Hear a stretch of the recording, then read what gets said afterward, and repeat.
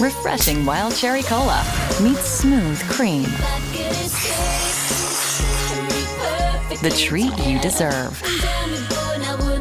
Pepsi Wild Cherry and Cream. Treat yourself. Hooked. Adjective. Curved like a hook, as in a golden eagle with hooked beak. Informal. Addicted, as in a girl who got hooked on cocaine. This is Sunny Hollywood Pooney from the Growing Up Rock podcast and Podcast Rock City, and you are listening to Jay Scott on The Hook Rocks, the ultimate rock community podcast. Time to get hooked!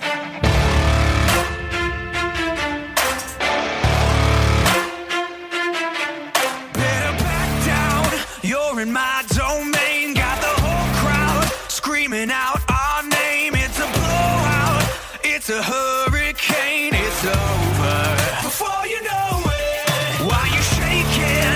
We're a dynasty in the making. We're the royalty, now we're breaking down the enemy. Move over. For the soldiers, take a swing, I can take a hit. If we die, it's fine, we live for this. It's all for this. We're gonna stand on top with our hands in the sky. Gonna raise our cup to the stadium lights. For the glory, for the glory. We celebrate with the city tonight. Hear the hometown cheer, it's the ultimate high. For the glory, we do it for the glory.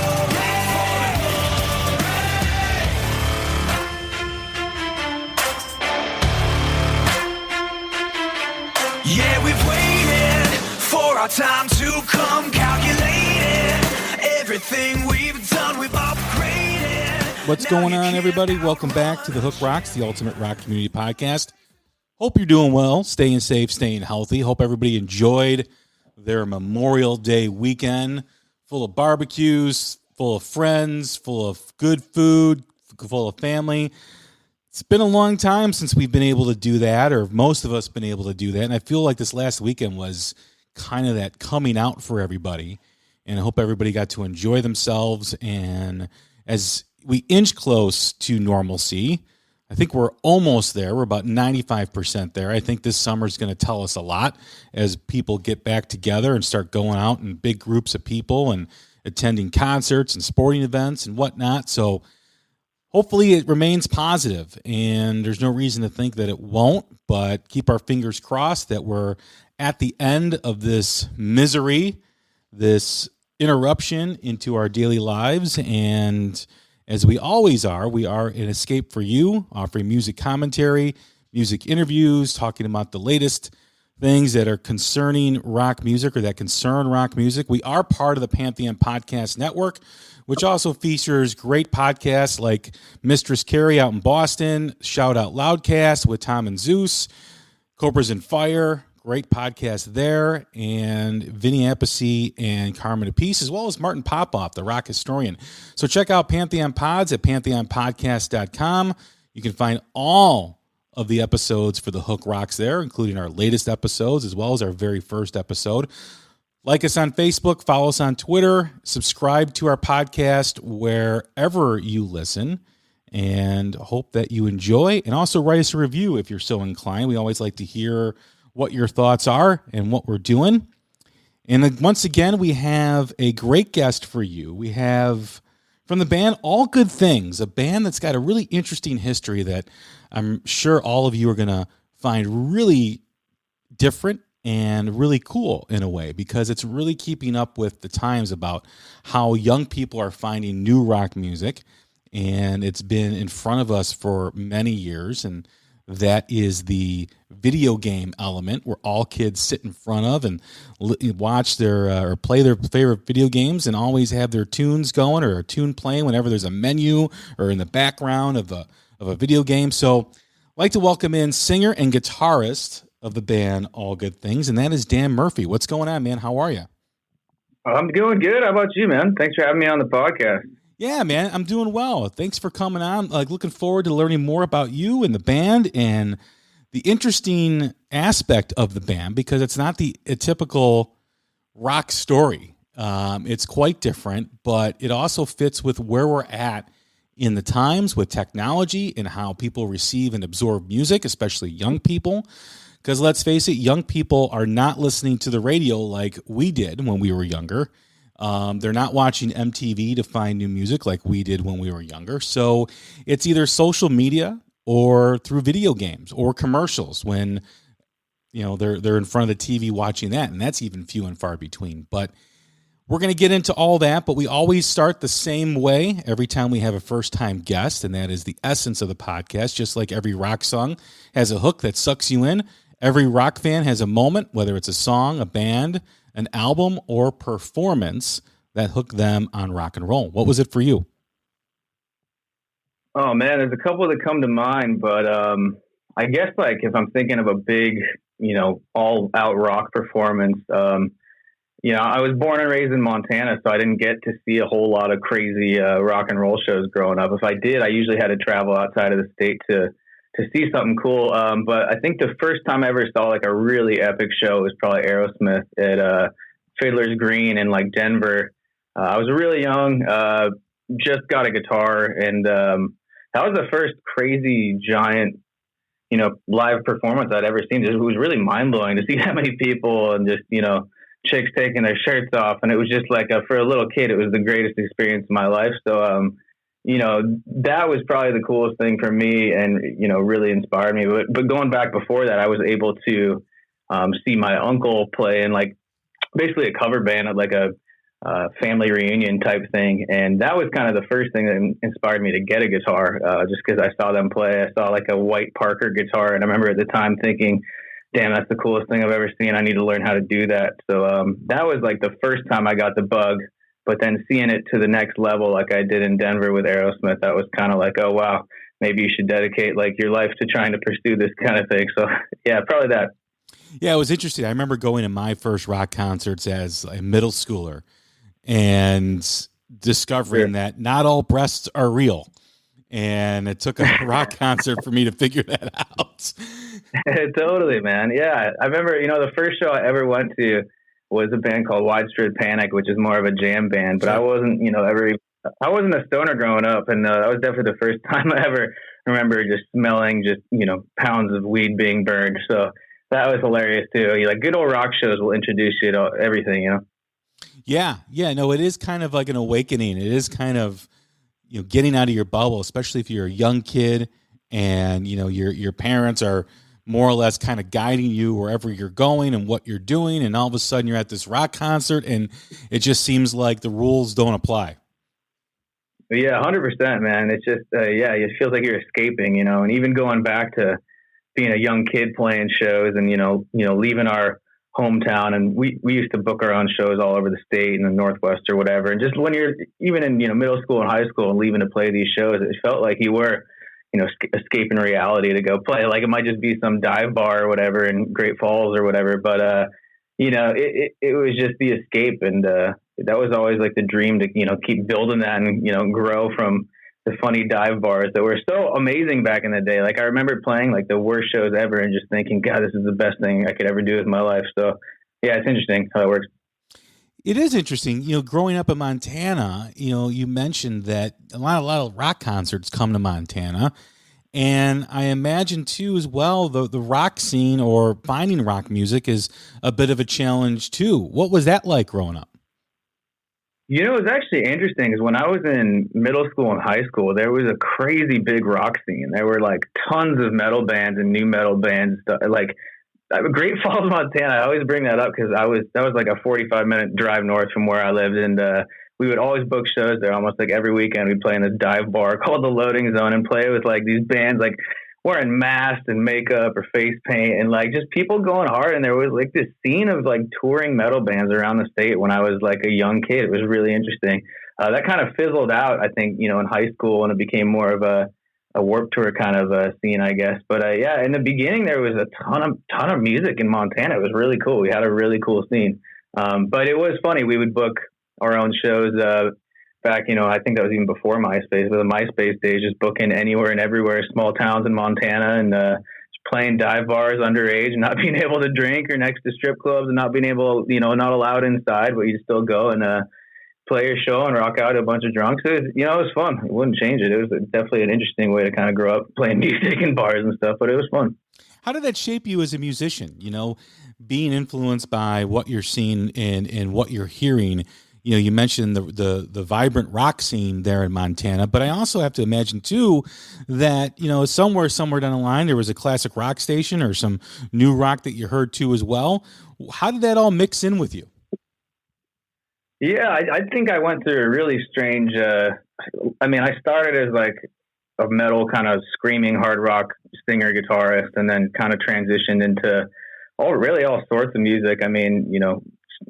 Kind of did do a lot of the Warped Tour kind of stuff, and then moving to LA, getting into, other bands, a couple of different bands, and then licensing and writing in all different sorts of genres. It really, you kind of had to open your eye to writing different stuff and just kind of, getting out of your bubble a little bit. But growing up in Montana, I wouldn't say like the scene was crazy, but not like a lot of bands made it or anything, but there was just this awesome camaraderie and like support for each other, and like a lot of people turning out to these shows. But those are, those little shows in the beginning were what inspired me to, book shows and tours down to LA, which was always the goal. It was always, we got to play in LA and book a whole tour around something, the Roxy or the Whiskey or, anywhere on Sunset you could book, really. And, the end game was always, we got to end up in LA, living here and trying to make a career out of it. So, over the years, we've all written a bunch of, speaking for my band, we've written a ton of different genres and styles of music, and we've been in different bands, all of us, but, we kind of gone full circle back to the hard rock thing. And, it's been a blast. I didn't realize how much I missed screaming my butt off. And, I definitely spent a few years without playing really hard rock music, and I'm really glad to be back, How did all those experiences lead you to LA, and when you're in LA, how did that lead you to All Good Things?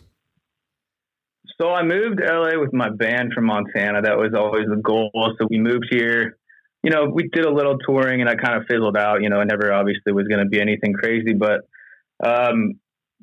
just kind of working on various different projects and everything. I was introduced to Andrew and Liz, my guitarist and bassist, who are actually incredible producers. They had a production team that was just, turning out really cool songs. And my drummer, Tim, at the time had been working on some songs with them and drumming on their tracks. And he actually introduced me to them just as a singer to do kind of more whatever pop stuff or whatever they needed me to do. I was actually kind of a session guy where I was kind of singing on, anything I could really get booked at the time. I wasn't really necessarily writing as much as I wanted to, but, after I gained the trust of people, obviously people would start letting me write. But in the very beginning, it was more, hey, here's a singer, he might be interested in singing on some of your stuff.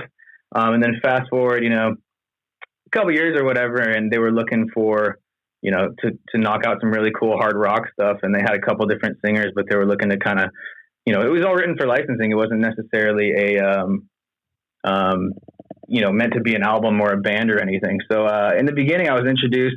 Our drummer was like, dude, this guy can scream. Why don't you just hit up Dan? He's a great singer. He grew up doing it. And long story short, I did 2 songs on the first EP we called Battle Rock 1. And then, here we are now. You guys have a little bit of a different history than most bands that I mentioned in the beginning. And that's how you guys started, and the reason why you guys started. Anthem music, or songs that are more anthem related, for TV, video game, licensing, and then it kind of evolved into what you guys are now. How did that thought process, or where did that viewpoint come from within the band? We were always kind of shaped by what the fans kind of sent back to us. Like in the beginning, we were just putting music out there to get licensed and placed on TV, film, commercial, whatever it may be. But we didn't really realize how many of these songs had been getting, tons of plays on YouTube or Spotify. And a lot of these people had, uploaded their own AMVs and GMVs, which are, anime music videos, game music videos, where they just kind of take footage that they think would be really awesome with, our music. It would just be a good, basically our music would be the soundtrack to what they had in mind for their gaming or whatever it might be. And, hundreds of these videos would start popping up on YouTube, and we'd get all these comments, who's this band? Where are they? When are they playing? Where are they touring? And it just was kind of overwhelming. We never thought it would be a real band until all these videos started popping up and really kind of shaping the idea of the imagery and the way we wanted to kind of portray our band and some of the stories we wanted to tell. I have to imagine too that having people hear your music and listen to your music, that's an avenue that not a lot of artists think of when they're starting out, because everyone's part of the rat race in music, right? When they record a song, or they write a song, record a song, and then put it out on all social media platforms, YouTube, Twitter, Facebook, wherever they put it out at. And they really got to work at it to build an audience. When you put a song into a video game, kids are going to buy it and kids are going to hear your music, and it may not connect with them the first time or the second time, but the longer that kid plays that game, that music then becomes a part of that experience, which when I was growing up, the physical aspect was very important to the experience. And I have to imagine now, with so many things pulling kids in different directions, which is why, music is kind of in the background now in a lot of kids' lives instead of the forefront, that playing video games and having that outlet to reach your fans is pretty huge. Yeah, and it's something I grew up, the songs from like Tony Hawk, those live on forever, and you'll always remember that soundtrack, and, NHL games and everything. So, we've been lucky to have a few placements in video games and stuff, but it is like crazy how, we're so lucky where our music just kind of has, with, the help of Extreme Music, a great company we work with for licensing, we've ended up in a ton of different TV shows or commercials or whatever it may be, and we really don't know where this stuff's going to end up, or games or anything, until, we read these comments on YouTube or get these messages, hey, we just heard this song and this is my favorite show, or whatever it might be. And, people kind of like attach themselves to the band when they see, or, their favorite show or their favorite game, and they, hear our music kind of be the soundtrack to it. So, yeah, it has been interesting, and we've been really lucky, and really we never know where this stuff ends up until these fans or people reach out and say, hey, we heard you in this. And we've been really lucky. When you become a part of that world, does it become more where these licensing companies or video game producers or commercials or TV shows, they start to look for your music, or they start to ask for more of your music because you've building up a reputation? Yeah, I think in the beginning, the battle rock kind of EPs that we put out, they did so well. And, even with my band, like we had a few different singers, like the songs I did in the beginning seemed to get a few more streams than some of the others. So we just I gradually started singing more and more. Not necessarily. It was more just like we need to follow up the first successful release with another one. And then, if that went well, which it did, we were like, all right, well, let's put out, a full length or whatever, but we don't know what companies are actively trying to license our stuff. Like if we're lucky if it is, and sometimes we'll get these surges, like right now we're hearing For the Glory everywhere. It's popping up in playoff games, NBA and NHL and all sorts of stuff. And you will get these surges, and it might just because, hey, now we're starting to get on radio, and maybe people are realizing like, hey, this is a quote unquote real band now. And not just a studio project or a licensing project. Licensing music has never been like the sexiest thing. It's always kind of been this like insanely awesome music and really awesome producers I've always worked with, but it's never just got that attention that the rest of music that I've put out really kind of has. So it just feels good to kind of finally feel validated, I guess, having this stuff being played on bigger networks and radio, and feeling accepted as a real band and not just a licensing kind of studio project. Well, you guys have a very straight theme, or not, I shouldn't say straight theme, but a theme that connects your music. It's very like this apocalyptic theme. It's got very much these anthems and these big hooks and these swings in the music. When you're writing music for that, I mean, is that part of the process, arranging this music and having this constant theme throughout what you're playing? Not necessarily. I think we definitely write song to song. Like maybe we'll kind of generally have a theme. We've always kind of said we write for the rise of the underdog. We've been the underdog band that's kind of been in the shadows forever and finally getting our chance. But we've always kind of written to help people get through things and help people, get through hard times or accomplish, some really hard, challenging stuff. So, I think we definitely write song to song, and, a lot of our studio days are actually we'll sit there with a movie just in the background on like the monitor next to the studio monitor. And, honestly, sometimes those will kind of shape just an idea, just seeing a visual might inspire like a musical idea or just even a hook.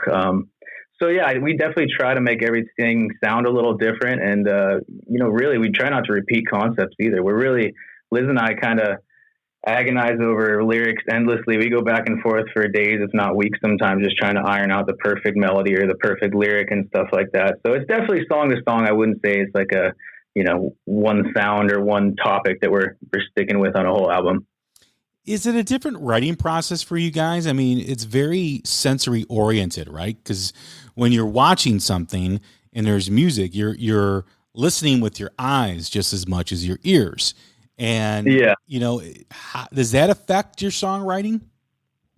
I mean, it can definitely inspire like a lyric or some cool idea. I mean, a lot of our writing processes are usually pretty slow moving and simple. Like a lot of times it'll be just Liz and I hanging out on the couch in the studio, and Andrew's always, we self-produce everything, at least to this point. So hanging out in our studio and Andrew's working on the computer, and it just might just take like a weird sound or like a percussion instrument or loop or, a guitar or just one little riff. But sometimes like just for the Glory, for example, like, our newest single, like it just took that intro melody, that synth sound for us to be like, dude, what was that? Stop, like play that again. Like you got to record that now before you forget it. So, just you track an idea as it comes, and then, maybe the visuals would inspire something over it, and you can kind of run from there. You have an album coming out here, when, this summer? Yeah, it's penciled in for fall. So, we're still working on it. It's definitely, it's been in the works for a long time. We planned on putting it out about a year ago before coronavirus, but now we've pushed everything back to kind of wait until we can tour and get on the road and actively push it. So right now it's penciled in for fall. I want to say like hopefully August, September, but yeah, it's hard to say for sure, but we definitely have a few more singles coming before then. And hopefully, the album while we're on tour and playing a lot of shows this year. You mentioned about the writing that you guys do and how it's about rising up and overcoming things and, very thematic. And when you're writing music during a pandemic and you're trying to, stick with that type of mentality when you're writing music, how does that affect the lyrics and the tone of what you're trying to do? What's funny about that is the record we're about to put out was pretty much written entirely before the pandemic hit. And when it did hit, all these songs were just so relevant lyrically to the struggle people had been going through and people losing their jobs and businesses and everything that had been going on over the last year. It was like almost every month it would go by. Like, for example, we wrote a song about some of the fires that had taken over. Two of our members are Australian, and Australia was on fire like crazy a couple of years ago. Same with California, and one of our songs is kind of written about that during that whole thing. And there's these events every month of 2020 where it was like, damn, this song seems like it would be perfect to release right now, because it was really a struggle for us to not put out the record, because I feel like so many songs on that album can help people get through hard times, which the whole year was hard times. So it was that battle of, do you want to put out an album and, let people enjoy it, or you want to just wait a little bit and hopefully you can get out there and really push it. And, this is our first album, so we want to do it the right way. So,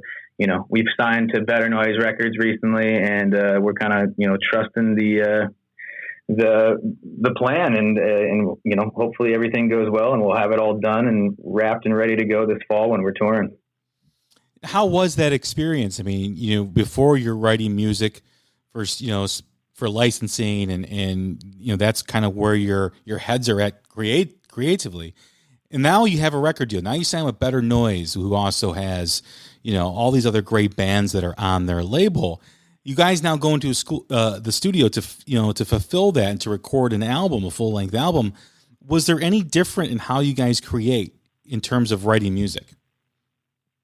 No, not really, because again, it was always, us in the studio bashing out our own ideas and self-producing it and kind of just writing demos and sending demos into the label. I think the only thing that did change was us, looking for feedback, because it was always just kind of what we said goes, and whatever we wanted to release, we could release and put out there. And a lot of the stuff was just never overthought. We never thought twice about, who was going to hear these songs. Are they going to blow up? Or like, really sometimes even the lyrics or the melodies I might not be in love with, but it fit the song or it fit the vibe of it.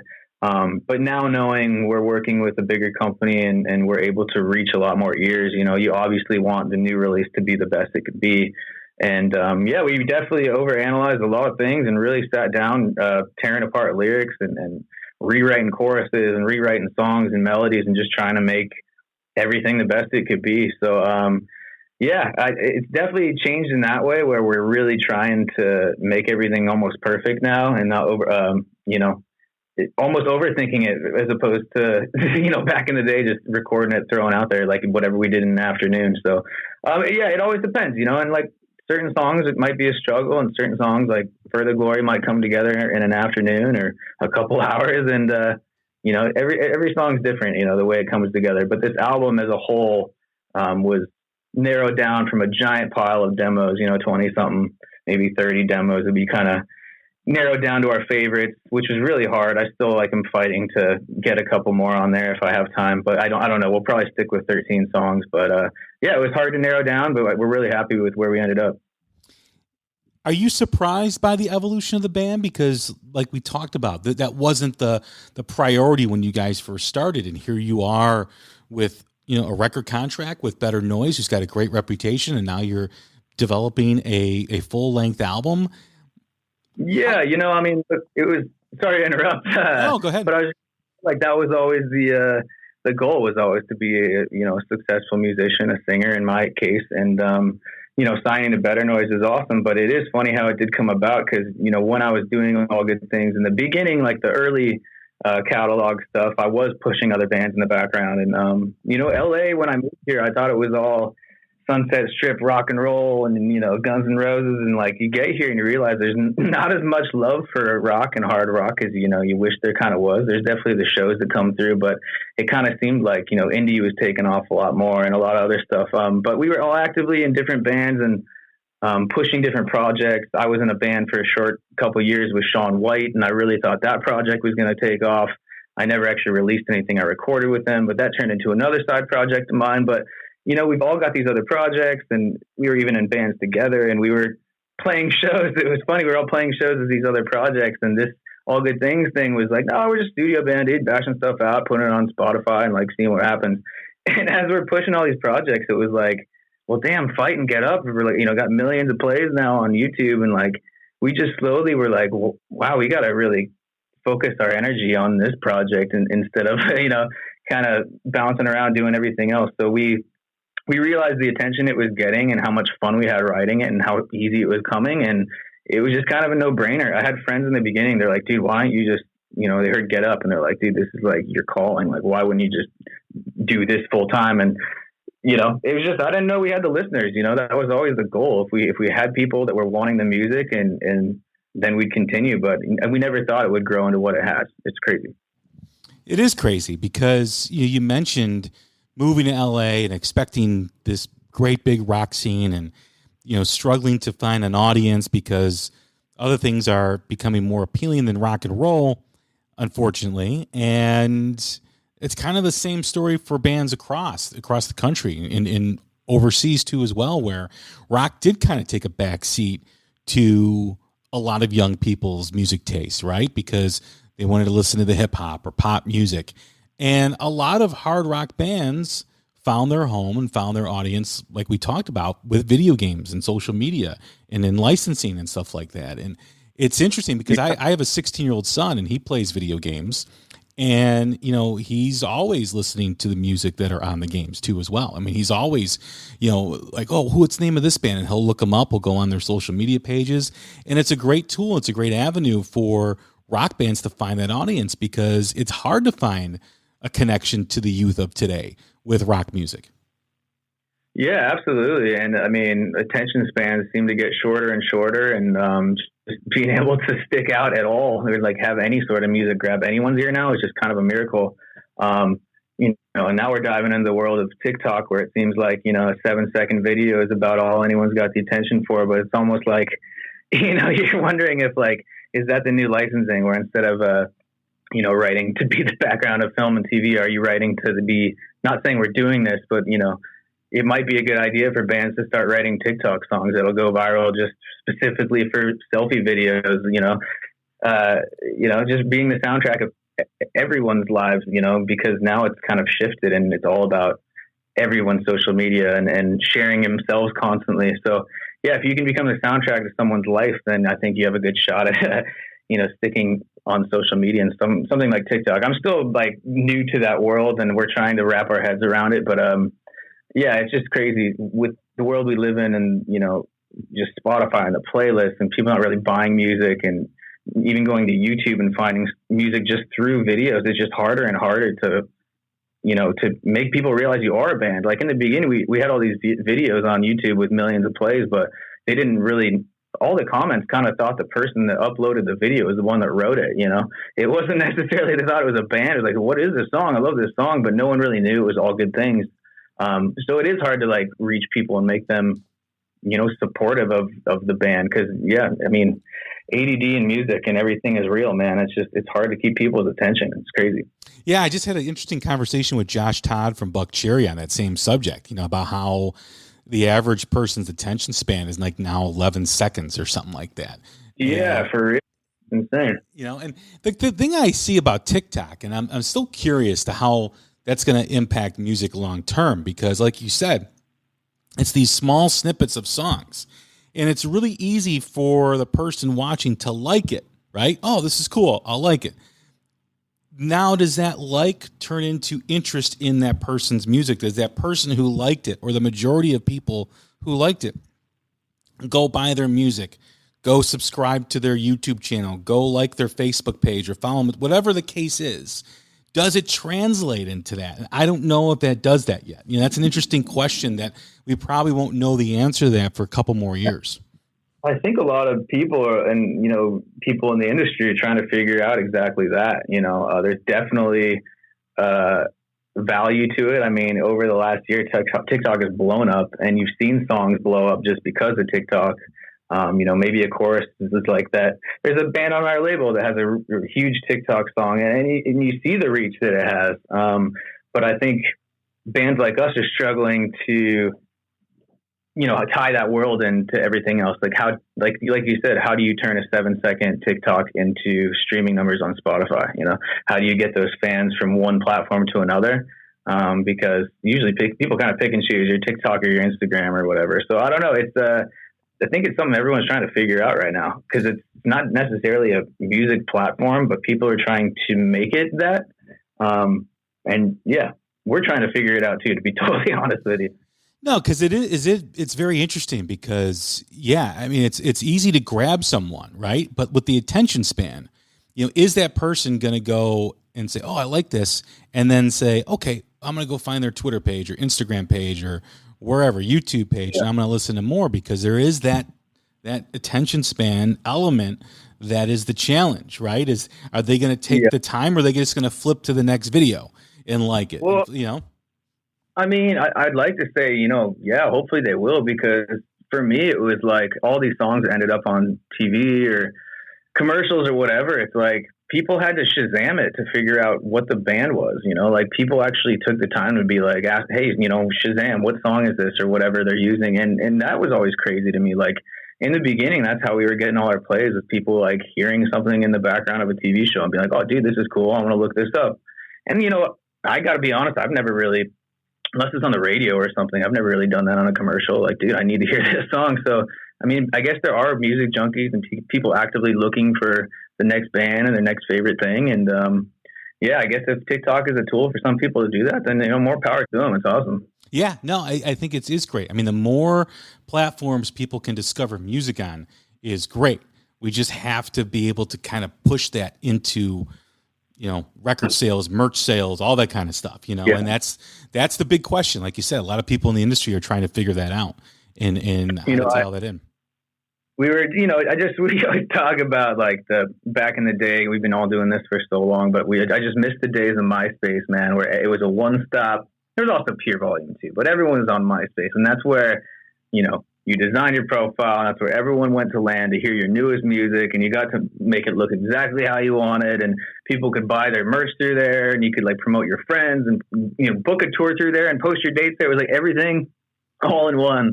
And since then, it seems like we've kind of spider webbed into a million different platforms, which is fine. And, but yeah, it's crazy. It's so much more hands-on than it used to be. You got to be posting daily, almost every day to keep people's attention and, let people know that you're still out there doing it, because it can get, swallowed up pretty quickly. I've often spoke about that on the show. We've had people on to talk about that very thing. Are there too many platforms for the consumer? Because if you look at, the United States, for instance, I mean, I don't know which one has more, but I think it's pretty even between Facebook, Instagram, and Twitter. And people who usually Instagram don't Facebook or Twitter, and vice versa. Whereas you go to like Europe and the UK, Facebook is way more prevalent than some of the other social medias. So again, when you're a consumer and you've got YouTube and the three that I just spoke of, and now you have TikTok, and then there's Bandcamp, and there's all these places to go and find new great rock music. Is it too much? Is it too overwhelming for consumers? That's the big question too. Yeah, and it's not even just the social media platforms. It's also just your streaming platforms, like Spotify and Apple Music and Deezer and Google Play and Amazon Music, YouTube Music. Like there's so many of those too, where streaming took over. But that's another thing too. It's like one's got to eventually maybe take over. You'd think, but maybe not. I mean, I'm actually personally still an Apple Music guy. I'll probably make the transition eventually, but yeah, that's funny too. It's like you always kind of pick and choose. I think whatever for me, I kind of want to go back to Spotify because it'll introduce me to more bands. And I would, when I was using Spotify, I actually found a ton of cool new music. And I think whatever platform can kind of, give listeners what they want and introduce them to new music that they're wanting to hear, that's going to win in the long run. You've got the new song For the Glory, which is released in March. It features some guests on the song as well. How did that song come about? So For the Glory, I was actually on our Machines album, which was like the first full length we put out. And we always kind of knew that was a monster song. We never really thought it would kind of take off and do what it did. But we were around like some 40 million plays on Spotify when the label and us were like talking about the new album and trying to figure out if we wanted to re-release For the Glory and have it as a part of the new album. And obviously if we did that, we needed to bring something new and exciting to it, some new energy. So we just really did some brainstorming and tried to figure out who would be like the perfect artist to rewrite a bridge and kind of bring, a unique energy and vibe to it.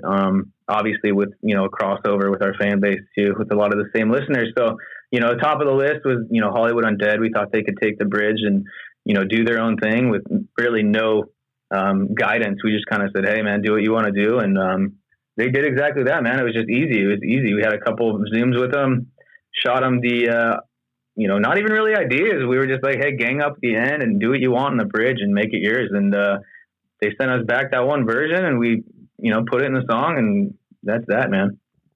You're also part of the Retaliators soundtrack as well. How did that project come about? How are you guys involved in that? So the Retaliators is coming out hopefully this fall. I believe it's a movie our label's been putting together. So, from the beginning, I guess they've always kind of wanted to include For the Glory in one of the scenes. I haven't seen it yet. I don't know exactly where it's going to be or anything, but that was always the idea to get, For the Glory released with an actual video and then tied to the movie because, it's kind of the whole soundtrack is Better Noise Bands for the most part. But, and just kind of even giving cameos to the artist. Miles and I actually, our guitarist and I, flew out to Vegas to be a part of the film, just a quick cameo as a couple gas station clerks. So that was nice of them to include us in that a little bit and, be a part of the film. But it was cool. And to be totally honest, though, it was funny because we had to shoot that music video in quarantine. Obviously, we're all locked down, and the only option we had was masking up and going to a green screen studio and, kind of coming up with a totally new concept. So we pretty much had the video and, done. And the label was like, we need to tie you into the Retaliators and this is going to be on the soundtrack. And, we actually went through, 5 or 10 different edits of the music video with movie footage spliced in, but it ended up being good because now it's more of like a trailer in the beginning, but I'm just kind of picky about visual stuff. And our video is very purples and reds and and futuristic, kind of leaving Earth, and the movie's about subhumans, and it's very blue and gray tones and dark. So it was all over the place. We were trying to find this balance where, it still told a story and visually looked okay. And we ended up happy with the way it came out, but it definitely took a lot of edits and thinking about how to tie that in to the movie, because it is a song about glory in the end. And it really is another one of those Rise of the Underdog songs, and it's in a horror film, which really looks pretty gory. So it was a matter of kind of like, how is this song going to work in the film? And I can't wait to see exactly how it all ties together. The visual aspect of your music is very important. Where does that come from? How was that, how are the influences that you had growing up, becoming the musician that you are now, affect the need for it to have a visual aspect in your music? I think there's always just been that the goal for this band was to be kind of a more cinematic band, or be more of one of those just weird sounds and bombastic, weird rock sounds, like really unapologetic rock songs that we just wanted to throw out there that we thought could be in a sporting event, or could be, someone's walkout song on wrestling, or something people wanted to game to all day long. It got them fired up to play Call of Duty or whatever it might be their soundtrack for. But that's always been our goal as a band. It was just to do very visual things. And in the beginning, when we weren't even, a real band or whatever you want to call it, we didn't even want to take photos of ourselves and put that out there. It was always just like, oh, we actually ripped some, we got some stock gas mask photos and we put them online, and we're like, yeah, this is our band photo, because we didn't want to show our real faces in the very, very beginning. And, more people reached out, they were like, who is this band? We took the mask off, and it's funny how the mask ended up kind of shaping our imagery, and it's really brought a lot of the post-apocalyptic fans and ideas into our music, which has been super fun to see some of these videos people have made to our music. So, we've always really tried to be a visual band, and I think we've been lucky because a lot of our fans have kind of realized that and made their own crazy videos to our music. And we're just kind of sticking with that, hoping to be just kind of the soundtrack to really crazy movies or sporting events or playoffs, like, they're using it in NHL right now. So, we're going to keep sticking with that because it seems to be working. It's amazing how you're connecting with your fans in the way that you are, because it's so cool. And I think that's so awesome, because I've been an advocate for new rock music for a while, and trying to find that way to connect to the youth and trying to get them, I know everyone says, well, it's pop music and it's hip hop. And I think that's an easy answer. But compared to when you were growing up or when I was growing up, there's so many different things that are pulling kids in different directions now. There's so many things. I mean, video games back when we were younger was a thing, but now it's really a thing, right? I mean, it's a thing where kids spend a lot more time in front of that TV instead of listening to the radio or going to the record store or listening to music. And now to incorporate that and find that following that you guys have, I just think that's amazing. I think it's awesome. Yeah, we're still super shocked, I guess, that it's happened the way it has, and that many people have kind of found us. We're just grateful every time we hear our music pop up on anything, man. I mean, it's really cool. Like, I don't know. I just, every time I watch, like even last night, I was watching a playoff game and I heard For the Glory, and to me, it's still so unreal. And we've just been sitting at home during this whole pandemic, and kind of seeing the band have this success from our bedrooms, basically. We are not, it doesn't feel any different than it used to. That's why I'm just kind of looking forward to this fall and getting out there and playing a bunch of shows and really feeling like a band. In the beginning of this pandemic, though, we did, 10, 12 live streams. We did a live stream every week, and that was almost like therapeutic for all of us, because we weren't really able to see each other. And when we did the live streams, we were even masking up, and it was like the one time a week we could get together to bash out some songs and then chat with the fans and read all these comments, and kind of, they were saying we're making their day and helping them through the pandemic, and all their comments and them watching us was like helping us get through, because it was really hard for us sitting on a record that we really wanted to put out. And obviously we had no idea how long we'd have to sit on it. So in the beginning, it was that give and take with the fans too, where it was like, we do this for you. And, really them doing it, watching these live streams and commenting back was just like the only joy we were getting for a few months there. And it was really helping us through. So that give and take has always been super strong with our fans, and hopefully it continues to grow. I think that's awesome. I was watching that same playoff game too when I heard your song. So I think it was the Canadiens Leafs game. Yeah.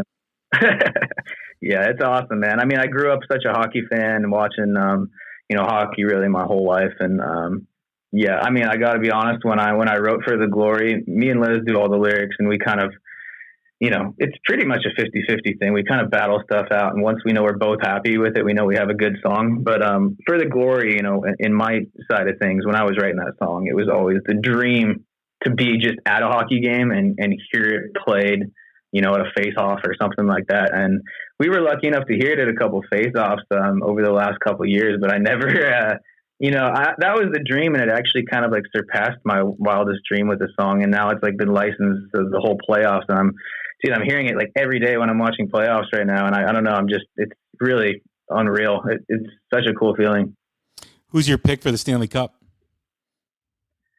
I mean, the Avs. I got to say the Avs will take it. Honestly, in my bracket, I put Toronto in there. I originally had Vegas, but I just can't root for Vegas because I'm a Kings fan. So, I put Toronto. Unfortunately, they lost Game 7 last night. But, it's got to be the Avs. They've been the number one seed, and, they're so hot. Nathan McKinnon's amazing, and they're just such a fun team to watch. They're so fast. It's crazy. I think the Avalanche are probably the deepest team. They're big, sure, and they're fast. But I do think the Lightning are going to be there, and I think the Bruins, out of all four teams, probably match up the best against the Avalanche because the Bruins are really physical. And, so I think it's going to be interesting. Yeah, I'm a Blackhawk fan. We're in rebuilding phase right now. So, right there with yeah, I don't know. You never know. The Jets might be sleepers, dude. No one's really talking about the Canadian teams, but the two upsets up there, I think that we might be surprised when we see the Jets do real well, and we'll see what happens. It's been fun though. Like honestly, the sports and stuff have really been crucial for this pandemic. It's been a weird year for everyone, but I mean, I went to the last sporting event, pretty sure in the country. I went to the last Kings game last year when they shut everything down. I just had a feeling, dude, let's go to this. It might be the last time we're like in public in an event like this. So we went to the last one, and it was super eerie, and the lines for just the sinks alone were like 100 people deep. It was just a really wild scene, and it was quiet and eerie. And then, they shut down all live games from that point on, and it had been just a weird year. So I think bringing back the bubbles and having, for me, sports to watch and stuff has made it feel a little more normal. But really looking forward to, this pandemic hopefully on its way out and moving on with our lives. I'm still bitter about that Blackhawk Game 7 overtime loss against the Kings. Goes off Nick Leddy's shoulder. Since you brought it up, I guess we can go there. Oh man, was that painful? That was the final. That was the Stanley Cup final. The two best teams that year, and that series was just unreal to watch, man. Yeah, what a crazy run the Kings had that year. That was wild. Yeah, both those teams, if it wasn't the Hawks one year, was the Kings. If it wasn't the Kings that year, it was the Hawks. It was just back and forth for like 7-8 years. It was amazing. Yeah, it really was, man. And, being a Kings fan here has always been awesome, and the organization's been super cool. Actually, last year was another really cool hockey thing for me. We just have a bar in my living room. It's called Bar Down. It's just like a, place where me and the friends could kick it over to quarantine. But right before the pandemic hit, the Kings crew actually came over to my place and filmed like basically us watching the game and having a little party, and it ended up on the Jumbotron like before every single game, and like a Kings commercial, I'd be seeing it on TV, like me shooting pool and playing bubble hockey, and then you'd go to a game and you could see yourself on the Jumbotron, and that was just such a unreal feeling. And then this year with NBC licensing For the Glory, I feel like I won the hockey lottery, dude. I feel like our songs won the Stanley Cup. Honestly, it's pretty wild. That's so cool. That is really cool. Good for you, man. I will say one last thing about the Kings. They need to put purple back in their uniforms. Dude, I couldn't agree more, man. I want just like all black and silver, little purple pinstripe, little highlight. You know what I mean? I'm a huge jersey guy too, and like I do a lot of graphic design stuff too. So that's been the dream, man. I've always in my head had the perfect Kings jersey, but yeah, I'm pretty stoked on the reverse retro. I'm glad they brought that back this year. That was good. Cool, man. The purple, at least. Forum blue, I guess, if we want to be like correct. Well, Dan, it's been a great conversation, man. Thank you very much for doing this. I appreciate it. Dude, I really appreciate it, man. And hopefully we got a ton of dates booked. I haven't been able to announce these tours, but we're going to be on tour basically from August till the end of the year, and a bunch of festival dates coming up. And yeah, hopefully, man, we'll be playing at a town near you and you can come out and kick it with us at a show. And yeah, man, thank you for having me on the podcast. I really appreciate you taking the time to chat. Awesome, man. Yeah, you got to come to the Chicago area. Love to see you guys live. Definitely, brother. Yeah, we got some shows around there, so I'll keep in touch and we'll hopefully get you out to a show. That'd be great. All right, everybody. That's Dan Murphy from All Good Things. New album coming out in the fall. You guys check it out. Go check out their website as well, allgoodthings.la. And I'm Jay Scott. This is The Hook Rocks, the Ultimate Rock Community Podcast. Stay strong, stay safe, stay healthy, and we will talk again soon. Thank you. This is our kingdom. Shoulder to shoulder, the sons and the daughters. This is our kingdom. Our bones are the bricks and our blood is the mortar. This is our watch your step and pay your respects as you're crossing the border. This is our just realize you're the lamb to the slaughter.